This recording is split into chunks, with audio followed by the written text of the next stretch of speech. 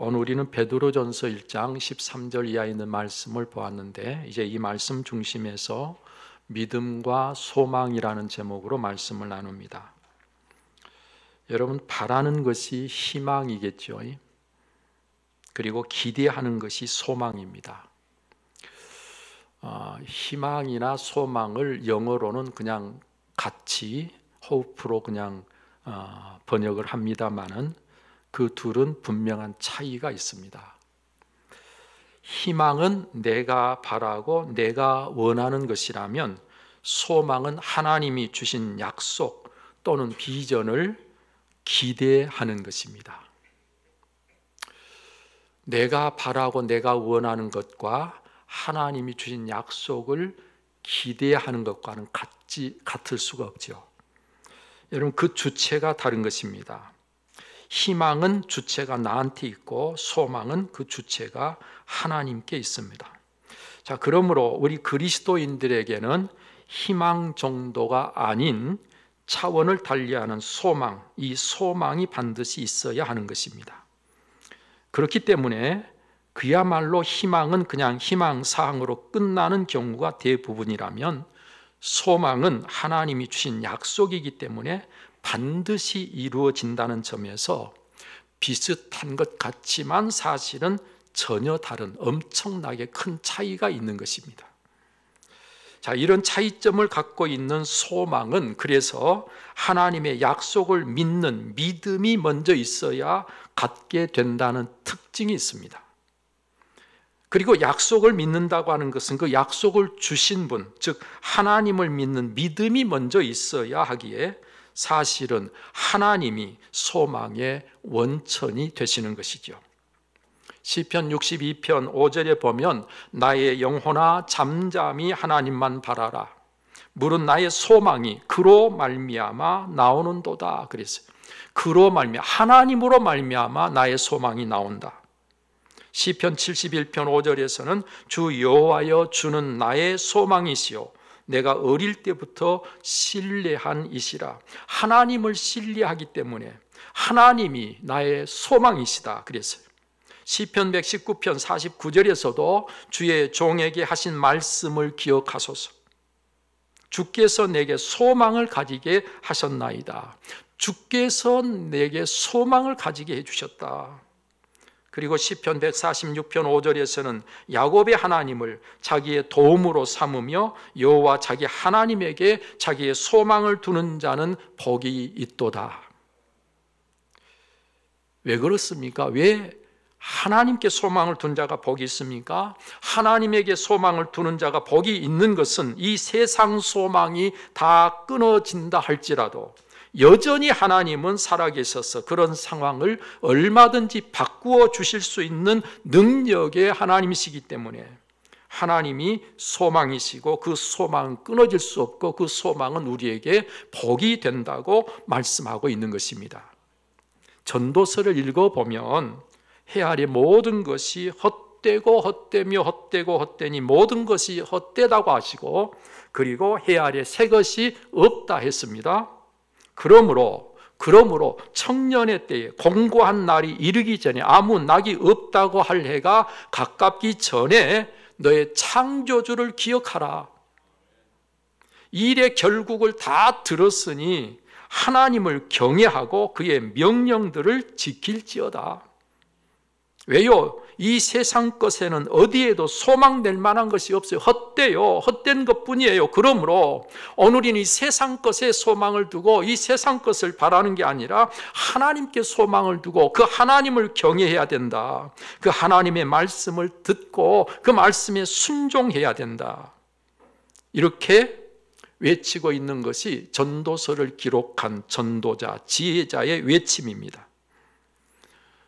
사도행전 27장에 보면 바울 사도가 기도한 그대로 하나님께서는 바울 사도를 로마로 보내시는데요, 그때 로마로 가는 사도 바울이 탄 배가 유라굴로라고 하는 광풍을 만나게 됩니다.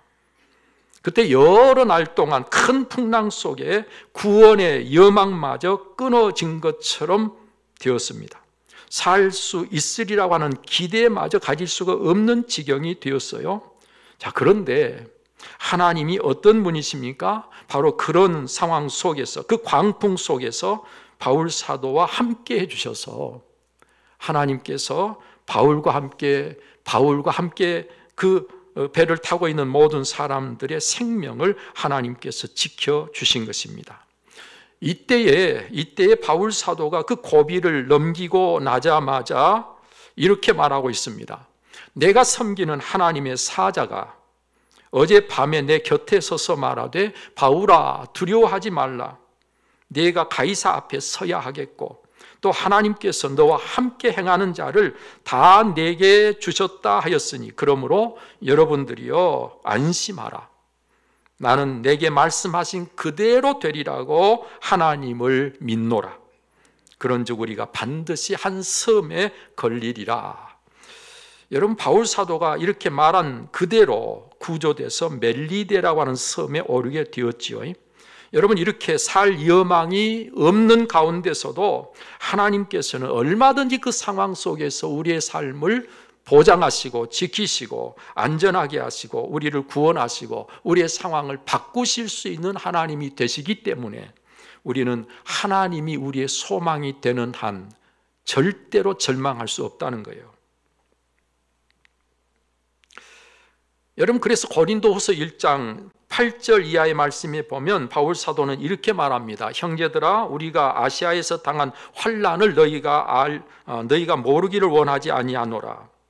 힘에 겹도록 심한 고난을 당하여 살 소망까지 끊어지고 우리는 우리 자신이 사형 선고를 받은 줄 알았으니 이는 우리로 자기를 의지하지 말고 오직 죽은 자를 다시 살리시는 하나님만 의지하게 하심이라. 그가 이같이 큰 사망에서 우리를 건지셨고 또 건지실 것이며 이후에도 건지시기를 그에게 바라노라. 살 소망이 끊어졌어요. 힘에 겹도록 심한 고난을 당했어요.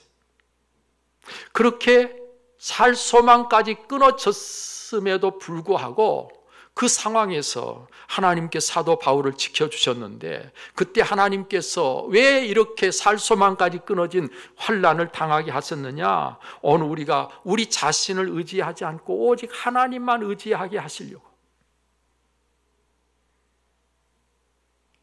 여러분, 가장 절망적인 상황에서도 하나님만이 우리의 소망이 되십니다. 그러기 때문에 그 하나님만 의지하고 그 하나님께 소망을 두고 그것을 바라고 기대하는 것이 우리 믿음의 사람들의 삶이어야 한다, 그런 말이에요. 구약에서도 보니까 소망이란 전혀 없는 것 같은 이스라엘 백성에게 하나님이 그들의 소망이 되심을 증언하고 계심을 봅니다. 그게 바로 이사야 60장에서 62장의 말씀의 내용이고 예레미야서 30장에서 31장의 말씀의 내용입니다. 그런가 하면 그 소망의 메시지 중에서 에스겔서 37장의 내용을 보면 에스겔 선지자가 마른 뼈들이 가득한 골짜기에서 하나님의 명령을 따라 그 마른 뼈들에게 명령할 때 마른 뼈들이 큰 군대가 되는 것을 환상으로 보았습니다. 이것이야말로 소망의 그림 한 장을 하나님께서 쫙 펼쳐 보여주신 것과 같았습니다. 거기서 하나님은 에스겔에게 말씀하십니다. 인자야, 이 뼈들은 이스라엘 온 족속이라. 그들이 이르기를 우리의 뼈들이 말랐고 우리의 소망이 없어졌으니 우리는 다 멸절되었다 하느니라. 그러므로 너는 대언하여 그들에게 이르기를 주 여호와께서 이같이 말씀하시기를 내 백성들아, 내가 너희 무덤을 열고 너희로 거기에서 나오게 하고 이스라엘 땅으로 들어가게 하리라 라고 하셨습니다. 소망이 전혀 없다고 한 그들에게 이렇게 하나님이 소망을 갖게 해주시고 계십니다. 마른 뼈, 무덤이라고 하는 이 표현은 소망이 죽은 지 오래돼서 마치 마른 뼈처럼 되었다 할지라도 하나님은 그들을 다시 새롭게 하시고 다시 그들을 이끌어서 그들이 돌아왔던 그 고향 땅으로, 이스라엘 땅으로 그들을 다시 돌아가게 해 주시겠다는 거예요. 하나님이 말씀하신 이 말씀이 이스라엘 백성들에게 소망이 되었고 마침내 하나님은 그들을 그 고향 땅으로 돌아가게 하신 것을 성경에서 보게 됩니다. 우리는 여기서 아주 분명히 알아야 할 것이 있는데 그것이 무엇인가 하면요, 가장 절망적일 때, 아무런 소망이 없다고 할 바로 그때에도 하나님은 여전히 우리의 소망이 되신다는 사실입니다. 룻기를 보면 흉년이 들어서 하나님이 주신 기업을 뒤로하고 모압 땅으로 이주해서 살던 나옴이라고 하는 여인이 남편도 죽고 두 아들도 죽고 두 아들을 결혼시켰던 모압 여자 둘이 가정에 있어서 세 과부가 한 집에 있습니다. 시어머니 과부, 두 며느리 과부. 여러분, 이 집안은 남자는 다 죽고 말아서 대를 이을 수 없는 상황이 되었습니다. 그때 나오미가 고향 땅을 떠나온 것을 후회하고 고향 땅에서 들려오는 소식을 듣는데 하나님께서 그들에게 긍휼을 베푸시고 그들을 돌아보셔서 그 땅에 먹을 양식을 주셨다라는 소식이 들립니다. 그래서 이방 땅, 하나님을 알지 못하는 사람들 속에서 내가 살 필요가 또 있겠는가? 나는 고향으로 돌아가야 되겠다 생각을 하고 나오미가 두 며느리를 부릅니다. 오르바라고 하는 며느리와 룻이라고 하는 며느리를 불러서 그들의 어머니 집으로 돌아가라고 강권하게 됩니다. 이때 나오미가 한 말이 이렇습니다. 내 딸들아, 되돌아가라. 나는 늙었으니 남편을 두지 못할지라. 가령 내게 소망이 있다고 말한다든지 오늘 밤에 남편을 두어 아들들을 낳는다 하더라도 너희가 어찌 그들이 자라기를 기다리겠으며 어찌 남편 없이 지내겠다고 결심하겠느냐. 내 딸들아, 그렇지 아니하니라.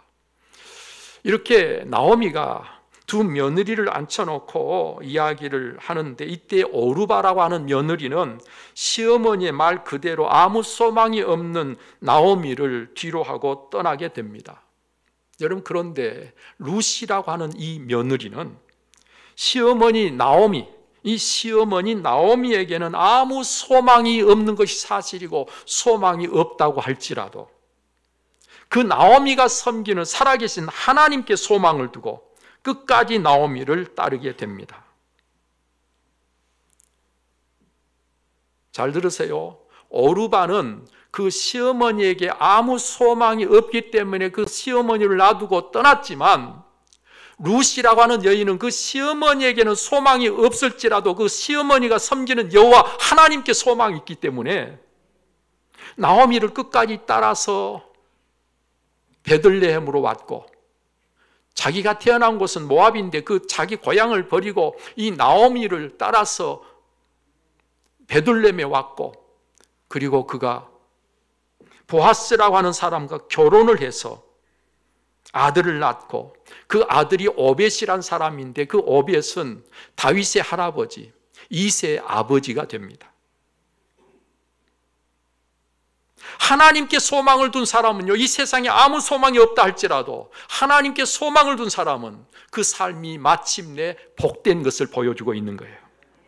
사랑하는 여러분, 이렇게 하나님을 믿는 믿음의 사람에게는 소망이 없다고 할 그때에도 소망이 없을 수는 결코 없다는 것입니다. 소망이 없이 믿음으로 살기는 불가능한 거예요. 믿음이 있으면 소망도 있는 것입니다. 전능하신 하나님이 계시기 때문에 그런 거예요. 여러분, 그래서 소망은 우리에게 항상 있을 것이라 그랬어요. 어디서요? 고린도전서 13장 13절에서 믿음, 소망, 사랑 이 세 가지는 항상 있을 것이다. 믿음, 소망, 사랑 이 세 가지는 우리에게 항상 있을 것인데 그 중에 제일이 사랑이다 그랬잖아요. 여러분, 소망은 우리에게 멀리서 반짝이는 등대와 같습니다. 수십 칸의 열차를 끌고 가는 기관차와도 같습니다.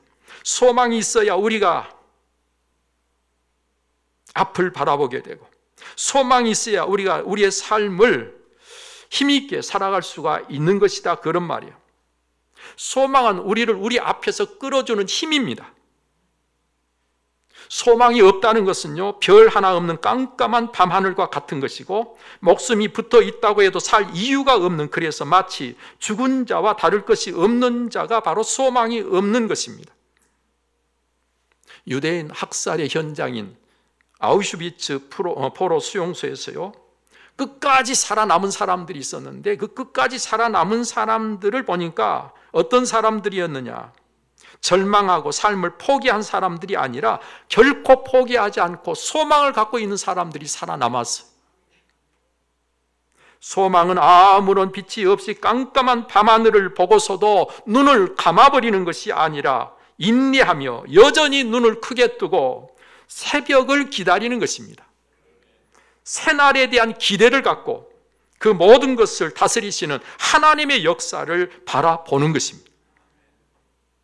여러분, 여기 오늘 본문 말씀에 보면요, 너희 믿음과 소망이 하나님께 있기에 하셨느니라 그랬어요. 우리의 믿음과 소망은 하나예요. 사실은 같이 다니는 거예요. 믿음이 있으면 소망이 있는 거예요. 소망은 믿음이 있을 때 우리가 하나님께 대한 소망을 갖게 되는 거 아니겠어요? 그래서 믿음과 소망, 이것이 누구에게 있게 하셨다고요? 하나님께 있게 하셨다. 어느 우리가 믿는 믿음도, 어느 우리의 소망도 하나님께 있어야 되는 거예요. 그렇잖아요. 여러분, 이 말씀 그대로 우리의 믿음도 우리의 소망도 하나님께 있기 때문에 영원토록 변함없이 하나님과 함께 그 믿음도 그 소망도 상황이 바뀐다고 해서 변하는 것이 아니라 언제까지나 변할 수 없는 것이란 말이죠. 여기에서 우리가 주목해야 할 것은 믿음이 그리스도로 말미암아 하나님을 믿는 믿음이다 그랬어요. 누구로 말미암아? 그리스도로 말미암아 믿는 믿음. 우리 다 같이 21절 한번 다시 보십시다. 아주 중요한 구절입니다. 너희는 그를 죽은 자 가운데서 살리시고 영광을 주신 하나님을 그리스도로 말미암아 믿는 자니 너희 믿음과 소망이 하나님께 있게 하셨느니라. 누구로 말미암아 믿는 믿음이에요? 그리스도로 말미암아 믿는 믿음. 우리의 믿음이 다른 것, 즉 내 판단이나 내 경험이나 내가 가지고 있는 상식이나 어떤 환경 등으로 말미암아 믿는 믿음이 아니라는 것입니다. 그리스도로 말미암은 믿음, 그리스도로 말미암은 이런 믿음이 아니면 언제든지 변할 수 있는 것이고요, 구원과는 상관이 없는 믿음이 바로 그 믿음인 것입니다. 오늘 우리가 구원과 상관없는 믿음을 갖고도 나는 구원받았다고 착각하며 살고 있을 수가 있어요. 스스로 속고 있는 것입니다. 우리가 구원받을 수 있는 믿음은 누구로 말미암은 믿음? 오직 그리스도로 말미암은 믿음.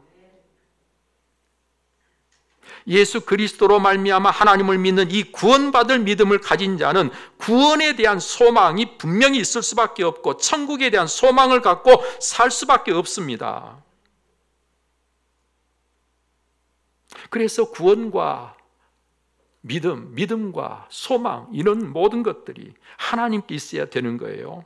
여러분, 그래서 바울 사도는 우리가 소망으로 구원을 얻었음에 보이는 소망이 아니니 보는 것을 누가 바라리오라고 로마서 8장 24절에 말씀하고 있는 거예요.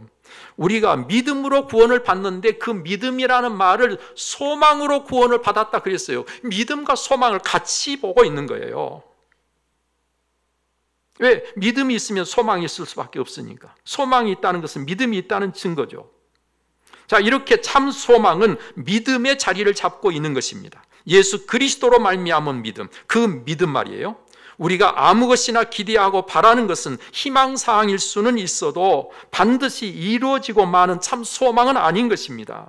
우리는 그냥 바라는 것이 아니라 하나님께서 약속하신 것을 우리가 믿고, 하나님을 믿기 때문에 그 약속을 믿고 그 약속을 기대하며 사는 것이 우리가 가지고 있는 소망인 거예요.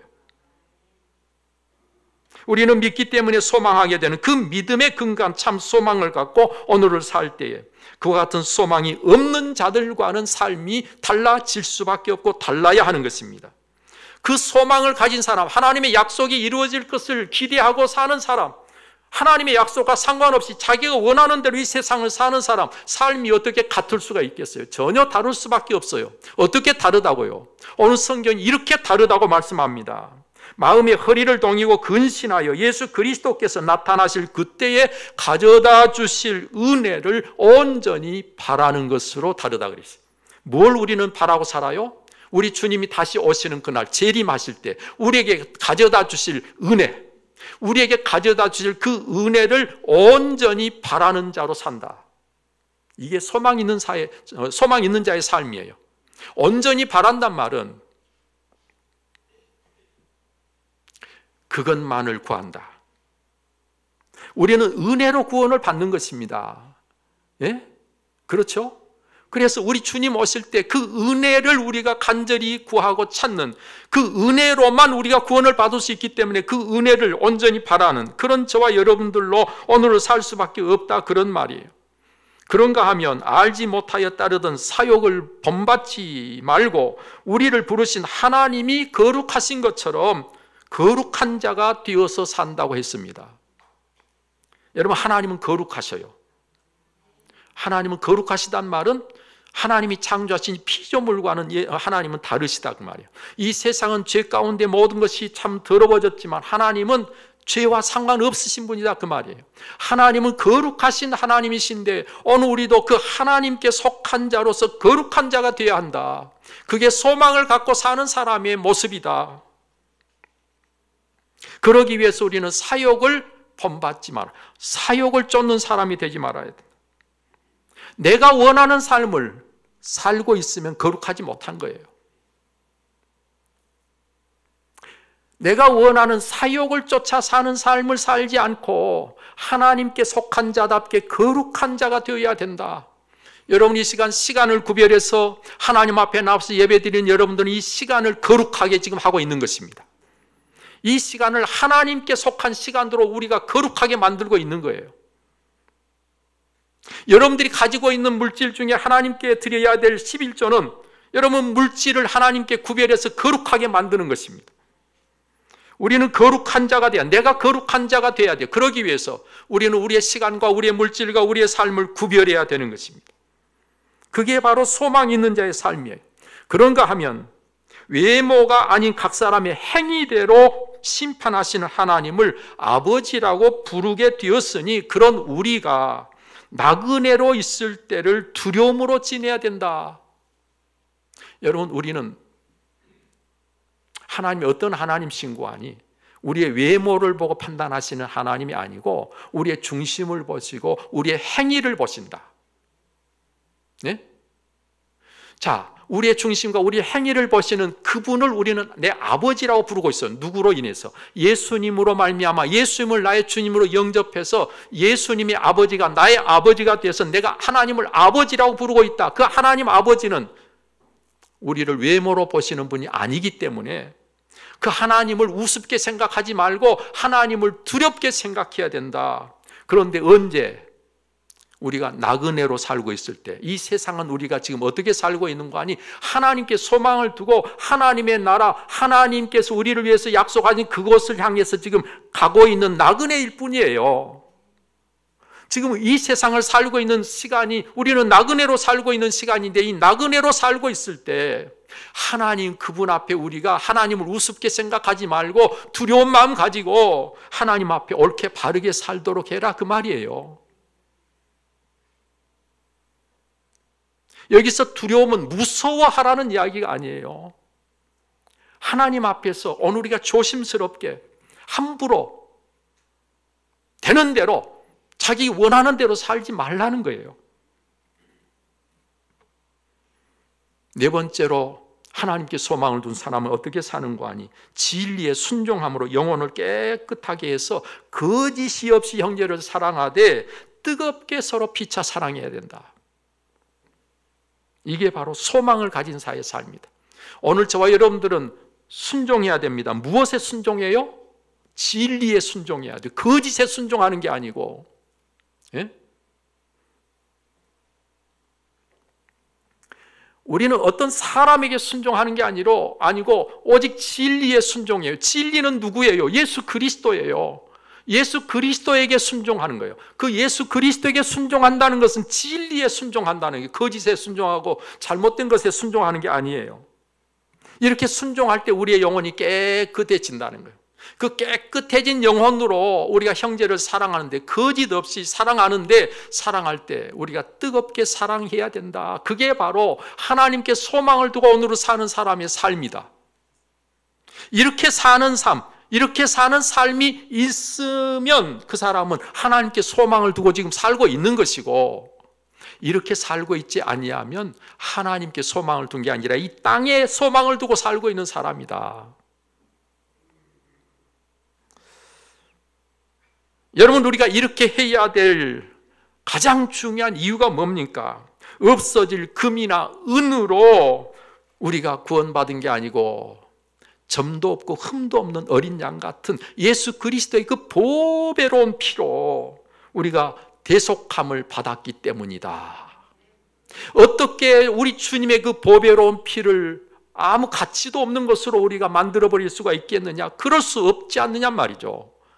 예? 그 예수님의 그 보배로운 피로 우리가 대속함을 받아서 구원의 축복을 누리고 하나님의 나라가 나의 나라가 됐다면, 이제는 우리가 그 가치 있는 예수 그리스도의 보배로운 피를 가치 있게 만들어야 되지 않겠느냐.